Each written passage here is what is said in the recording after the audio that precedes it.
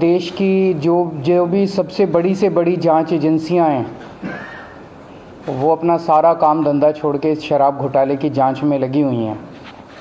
तो मैं समझता हूं कि उनको अब तक तो शराब घोटाले के सब कुछ मिल ही गया होगा, सारा पैसा भी मिल गया होगा, सब कुछ मिल गया होगा। तो पहले 2-3 मिनट मैं इसी पे चर्चा करना चाहूँगा कि शराब घोटाले में जांच एजेंसियां कैसी जांच कर रही है, क्या मिला अभी तक।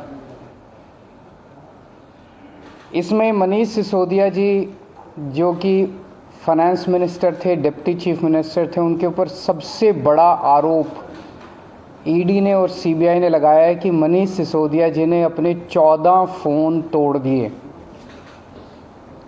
तो इन्होंने सबूत ख़त्म करने की कोशिश की।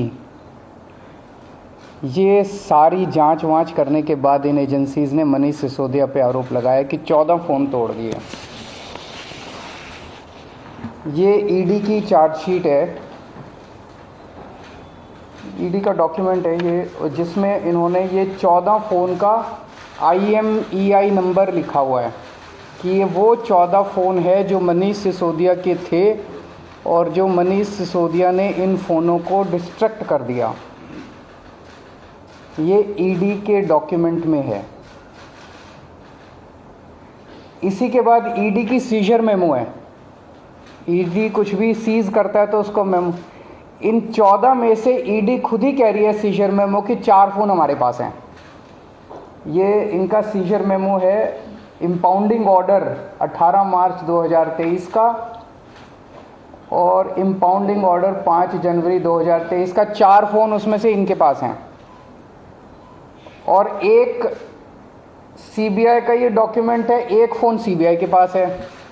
तो 14 में से 5 फ़ोन तो इनके अपने पास ही हैं जो कह रहे हैं कि मनीष सिसोदिया ने तोड़ दिए।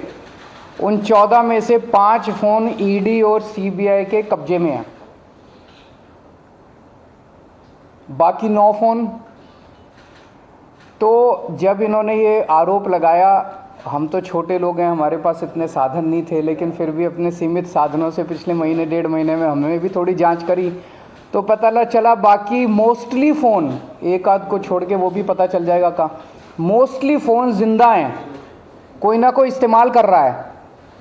और उन फ़ोन को कोई वॉलंटियर के पास है, कोई कहीं है, कोई कहीं है, कोई ना कोई इस्तेमाल कर रहा है। वो मनीष जी के फ़ोन नहीं है, वो कोई ना कोई इस्तेमाल कर रहा है। वो फ़ोन जिंदा हैं और ये फैक्ट कि ये फ़ोन जिंदा हैं ये ईडी को भी पता है और ये सीबीआई को भी पता है। सो ईडी ने और सीबीआई ने झूठ बोल के ओथ पे, एफिडेविट पे कोर्ट को गुमराह किया और झूठा सबूत उन्होंने कोर्ट के सामने पेश किया, क्योंकि सच तो कुछ मिला नहीं, कुछ था ही नहीं, शराब घोटाला कुछ है ही नहीं, तो निकालें क्या। तो उन्होंने झूठ बोल के मनीष सिसोदिया को फंसाने की कोशिश की, कोर्ट को झूठ बोला। अब ये रोज किसी ना किसी को पकड़ लेते हैं, किसी ना इसको गिरफ्तार कर लिया, उसको गिरफ्तार कर लिया, ये कर लिया। एक कोई चंदन रे, और उनको टॉर्चर कर करके, धमकियां दे दे के, मेंटली टॉर्चर करके, फिजिकली टॉर्चर करके, 3rd डिग्री करके उनसे केजरीवाल का नाम ले लो, मनीष सिसोदिया का नाम ले लो, इनको फंसाओ, उनको किया जा रहा है। मैं प्रधानमंत्री जी से पूछना चाहता हूं ये चल क्या रहा है। जहां कोई घोटाला नहीं हुआ वहां पे कोशिश की जा रही है जबरदस्ती करके, लोगों से जबरदस्ती करके, मार के, पीट के, धमकियां दे के बयान लिखवाने की। एक व्यक्ति है, उससे कहा गया कि कल देखते हैं तेरी बेटी, उसकी 2 जवान बेटियां हैं, कल देखते हैं तेरी बेटी कॉलेज कैसे पहुंचती है। ये जांच चल रही है इन लोगों के। इस सारी जांच करने के बाद, 1 साल जांच करने के बाद ये आरोप लगाते हैं कि 100 करोड़ रुपए की रिश्वत ली गई और दी गई। वो 100 करोड़ रुपया कहां है? एक नया पैसा कहां है? वो 100 करोड़ रुपया सब, इतनी 400 से ज्यादा रेड हो चुकी हैं। मनीष सिसोदिया जी के घर पे रेड हो गई, इतने सारे दूसरे लोग, वो पैसा मिल है कहां? एक नया पैसा नहीं मिला 100 करोड़ रुपए का, ना कोई ज्वेलरी मिली, ना कोई मनीष जी के घर पे गद्दे भी फाड़ दिए इन्होंने, उनके गांव भी हुआ है, उनके बैंक लॉकर भी छान मारे, कुछ नहीं मिला 100 करोड़ में से। फिर आरोप लगाया कि 100 करोड़ रुपया गोवा के चुनाव में इस्तेमाल हुआ है। जी, गोवा के हमारे जितने वेंडर्स थे जिनसे हमने काम कराया था, सारे वेंडर्स पे रेड मार चुके हैं लोग। सारे वेंडर्स को इन गिरफ्तार कर करके स्टेटमेंट ले चुके, वहां कुछ नहीं मिला, सारी पेमेंट चेक से हुई है हमारी। सारा हिसाब किताब इलेक्शन कमीशन को दिया हुआ, वहां भी कुछ नहीं मिला। गोवा चुनाव के अंदर इनको धेला नहीं मिला। आज मैं इस प्रेस कॉन्फ्रेंस में कह रहा हूं कि 17 सितंबर को शाम को 7 बजे मैंने नरेंद्र मोदी को 1000 करोड़ रुपए दिए थे। कर लो गिरफ्तार उनको। ऐसे तो कोई भी इस देश में खड़ा होकर कुछ भी कह देगा। मैं कह रहा हूं कि नरेंद्र मोदी को 17 सितंबर की शाम को 7 बजे मैंने 1000 करोड़ रुपए दिए थे। गिरफ्तार करोगे इस बेसिस पे नरेंद्र मोदी को? भाई मेरे पास कुछ सबूत तो हो कहने का। ये पॉलिसी इतनी शानदार पॉलिसी थी, ट्रांसपेरेंट पॉलिसी थी, जो भ्रष्टाचार खत्म कर देती पूरे के पूरे शराब सेक्टर में। ये इस बात से साबित होता है कि ये पॉलिसी जब पंजाब में लागू की गई, पूरी कॉपी पेस्ट पॉलिसी है, जब पंजाब में लागू की गई तो इस पॉलिसी से 50% रेवेन्यू एक साल के अंदर बढ़ गया। 50% रेवेन्यू दिल्ली के अंदर इन्होंने लागू नहीं की, करने दी, पंजाब के अंदर इनकी चली नहीं, क्योंकि पंजाब एक फुल स्टेट है। तो मैं मोदी जी को कहना चाहता हूं, मोदी जी, अगर केजरीवाल भ्रष्टाचारी है तो फिर इस दुनिया के अंदर कोई ईमानदार नहीं है। मुद्दा भ्रष्टाचार है ही नहीं, मुद्दा भ्रष्टाचार की जांच है ही नहीं, मुद्दा शराब घोटाला है ही नहीं।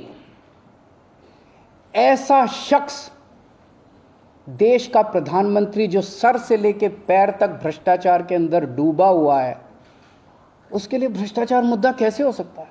कल सत्यपाल मलिक जी ने एक इंटरव्यू दिया, मैं वो सुन रहा था। सत्यपाल मलिक जी ने कहा मोदी जी को भ्रष्टाचार से कोई परहेज नहीं है। ये मैं तो नहीं कह रहा हूं, ये तो उनके अपने गवर्नर कह रहे हैं। सत्यपाल मलिक जी कौन है? सत्यपाल मलिक जी मोदी जी के बहुत खास लोगों में गिने जाते थे। उन्हें जम्मू कश्मीर का गवर्नर बनाया, फिर उन्हें गोवा का गवर्नर बनाया, फिर उन्हें मेघालय का गवर्नर बनाया। उन्होंने कहा कि मेरे जो इंटरेक्शन हुए मोदी जी के साथ, उसमें पता चला है कि मोदी जी को भ्रष्टाचार से किसी तरह का परहेज नहीं है। तो फिर ये आम आदमी पार्टी के पीछे क्यों पड़े हैं? 75 साल के भारत के इतिहास में किसी एक पार्टी को इतनी बुरी तरह से टारगेट नहीं किया गया जिस तरह से आम आदमी पार्टी को ये लोग टारगेट कर रहे हैं।